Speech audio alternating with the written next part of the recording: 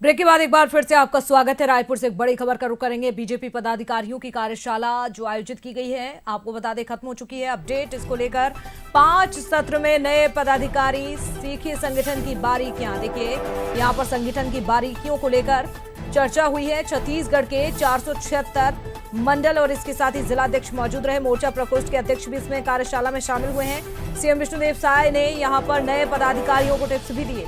BJP की संगठनात्मक संरचना की भी जानकारी दी गई। सीएम विष्णुदेव साय, बीजेपी प्रदेश प्रभारी नितिन नवीन यहां पर नए पदाधिकारियों को टिप्स देते हुए नजर आए। तो वहीं राष्ट्रीय महासचिव अरुण सिंह, सह संगठन महामंत्री शिवप्रकाश भी मौजूद।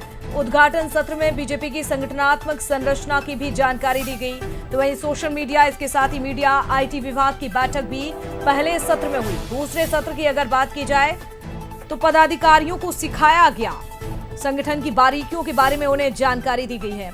चलिए और ज्यादा जानकारी के लिए जुड़ते हैं हमारे सहयोगी गौरव से। गौरव, बताइए जरा क्या कुछ हुआ है, किस तरह के टिप्स यहाँ पर दिए गए, कौन कौन मौजूद रहा, और बैठक जो कार्य योजना थी वो भी खत्म हो चुकी है। बताइए जरा क्या कुछ हुआ। जी बिल्कुल, देखिए हाल ही में बीजेपी की नई कार्यकारिणी का गठन हुआ और उस गठन के बाद से ही लगातार जो नए जिम्मेदार हैं, चाहे मोर्चा प्रकोष्ठों की बात कर लें या फिर महामंत्री उपाध्यक्ष जैसे लोग जो हैं, उनको अलग अलग तरीके से बीजेपी संगठन की जानकारियां दी जा रही थी। सबसे बड़ी बात यह है कि बीजेपी एक संगठन पर आधारित पार्टी है और हर बड़े निर्णय में संगठन का बहुत बड़ा योगदान या खेल रहता है, ये कहा जा सकता है। और जिस तरीके से आज 5 सत्रों में पूरे जो कार्यशाला हुई है, उसमें कहीं ना कहीं बीजेपी के नए पदाधिकारियों को ये बताया गया है कि सत्ता और संगठन के बीच में किस तरीके से रहकर तालमेल में के साथ काम करना है। वहीं जो बूथ है, बूथ से लेकर जो इनके शक्ति केंद्र है, वहां तक किस तरीके से पहुंचना है और किस तरीके से काम करना है, इसकी बारीकियों की भी जानकारी दी गई। और सबसे बड़ी बात यह है कि नए पदाधिकारी जो आए हैं, उसमें कई ऐसे हैं जो पहली बार चुनकर यहां पर आए हुए, उनका चयन किया गया। और जो पुराने पदाधिकारी है, उसमें गिने चुने लोग ही होंगे। लेकिन जिस तरीके से पुराने पदाधिकारी जिन्हें इस बार मौका नहीं मिला, कहीं ना कहीं उनमें भी नाराजगी है,